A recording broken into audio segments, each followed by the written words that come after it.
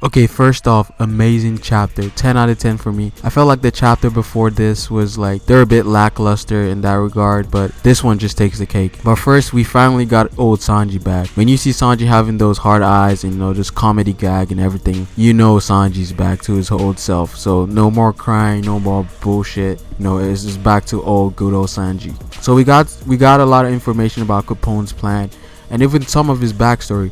Capone was actually a monster from birth. I'm not gonna lie, that last panel where he was with his whole crew, that panel had me kind of shook, yo. I've kind of like changed my perspective on Capone a little bit. The dude actually feels more intimidating now. We know that Capone is actually trying to take down Big Mom for real, just like a lot of people theorize. But he must have some crazy plan, to take down a Yonko. So it has to be on like some top tier shit. But Jimbei did say they have been planning this for a while now. So what he's gonna do, I really don't know, but it has to be effective to Yonko in some kind of way.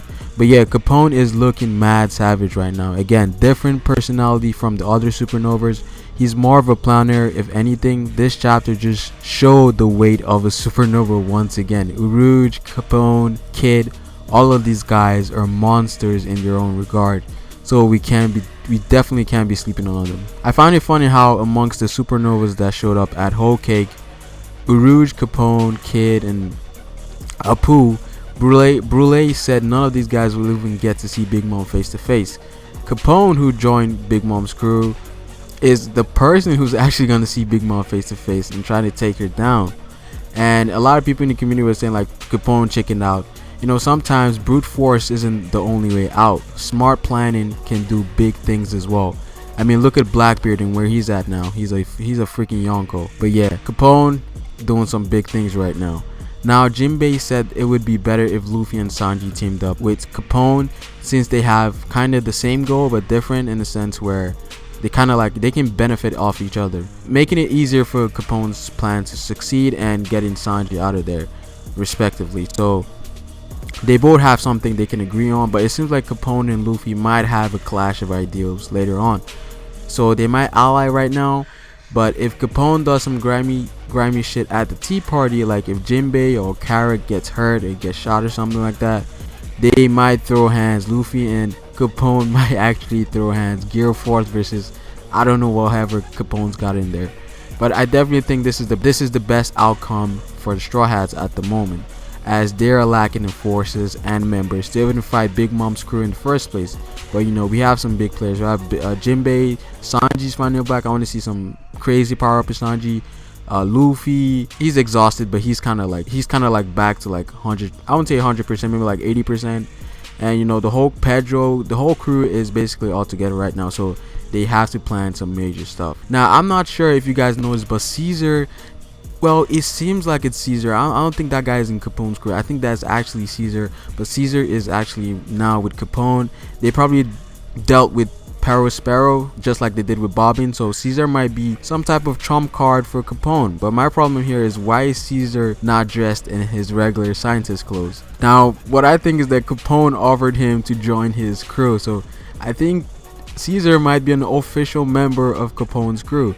We know that Caesar had no chances of making, the whole giantification project that Big Mom gave him. So he said he couldn't do it. So this is his way out. So it's good to see Caesar is actually out of the whole situation there. And I don't know, him and Capone, they have some crazy plan together. I don't know, maybe something's gonna backfire against Big Mom, and Caesar might be that very trump card. Now, the last thing is the tea party guests. Like, I've been talking about this for a while.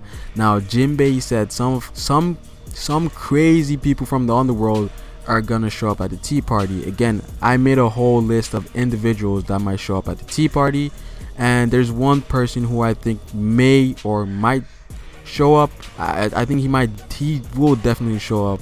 Not 100%, but I have a gut feeling there, and we're gonna see our boy Crocodile again. I feel like he's definitely doing business in the underworld. Again, just like the whole Impel Down situation, the whole crew is back again. Jimbei, Luffy, and Crocodile, busting out of Whole Cake just like they did in the past.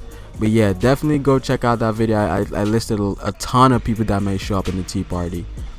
Again, I can't stress this enough. There's too many parties involved. I've said this in my previous chapter reviews. Each party having their own goal. You know, there's Pudding, there's Capone, Big Mom, Luffy and Sanji, the Tea Party guests, the Underworld Broker. There's so many parties that it's gonna be such a big mess at the end.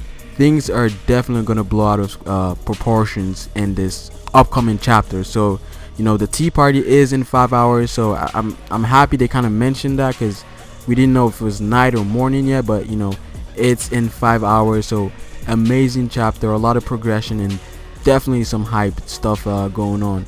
And we finally hit some key points in this arc. You know, a lot of people were kind of disappointed in the whole Big Mom thing, Big Mom arc. It doesn't feel like the Yonko arc, but you know, it's definitely getting crazy right now. So that's pretty much it, guys. It's Pharaoh. This was a crazy chapter. Again, 10 out of 10 for me. But anyways, I will see you guys next week. Peace.